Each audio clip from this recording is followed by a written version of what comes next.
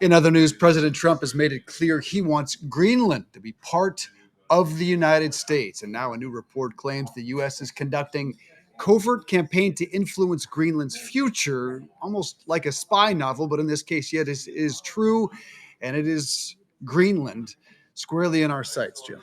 And Denmark has now summoned the top U.S. diplomat in Copenhagen, trying to get some answers. What's going on here? A lot to unpack. Let's bring in USA Today World Affairs correspondent Kim Hjelmgaard from London this morning to tell us more about this really intriguing story you've been working on. Hi, Kim. Hey, thanks for having me. It's interesting. Greenland has kind of fallen out of the news over the last few months, although clearly it hasn't fallen out of the mind of President Trump. This story has kind of come out of the blue after the Danish state broadcaster published an investigation saying that it believes that at least 3 Americans were involved in what it described as an influence operation in Greenland. So some kind of concerted effort to sway or manipulate public opinion in favor of President Trump's idea, which is to either purchase or indeed even forcibly annex, something he hasn't ruled out, Greenland for a couple of different reasons. As you can imagine, the Danes have acted quite angrily. The Danish government has acted quite angrily to this report, and as you mentioned, the top U.S. Diplomat in Copenhagen at the minute was summoned overnight to kind of explain, this whole scenario and why it's happening. What we've heard out of that meeting is mostly niceties.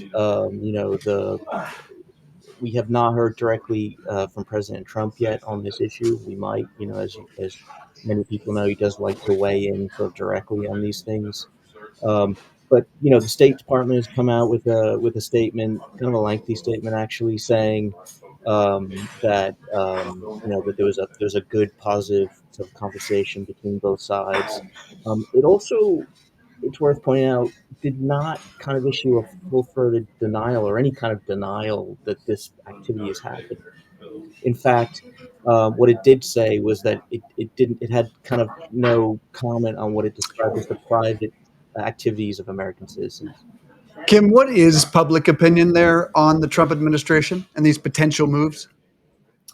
So I would say as it's been for the last, since the start of his second term, bewilderment is probably the sort of the thing we can say there. I mean, generally speaking, poll after poll has shown that Greenlanders don't want to become part of the United States. That does not mean that they don't like Americans, that they don't want more increased sort of economic, ties and activity and so on and so forth.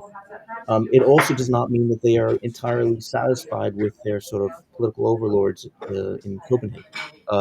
They have their own issues with that government stretching back decades to do with lots of different scandals about how Greenlanders have been treated or lost out on best opportunities, or in fact, the day that when we heard about this alleged influence operation, that same day, the Danish government issued a formal apology for something that happened in the 1960s and 70s in Greenland, which was that about 4,500 Greenlandic young girls and women were sort of subjected to forced contraception or coils. Um, and there's an ongoing investigation into this in Denmark, but the prime minister kind of issued a formal apology, and that sort of event speaks to, in a very dramatic way, some of the grievances that Greenlanders have with the Danish government. Real quickly, Kim, the zooming out to a broader view, what's the fascination for the president with Greenland? Why is he so focused on trying to take it over? Yeah, so President Trump has been talking about Greenland since his first term. We kind of sort of collectively didn't notice so much until the second one. But there's two fascinations for him as we understand it. One is a sort of national security component. Greenland is strategically located in a sort of Arctic channel where, as the ice melts, there's more and more Russian and Chinese ships that are transiting through there, also submarines. And so the president and some of his top aides and advisors feel that the U.S. needs a bigger presence there than it already has. There already is a U.S. military base way in the way north that where there's some infrastructure that's being sort of currently built that's going to form part of the sort of missile defense system he wants to get underway. And then the other part of this, as we understand it, is an economic one. Greenland is enormous. A lot of it is made of ice, but it's also got a lot of what geologists say is sort of untapped mineral wealth and various resources, very hard to get.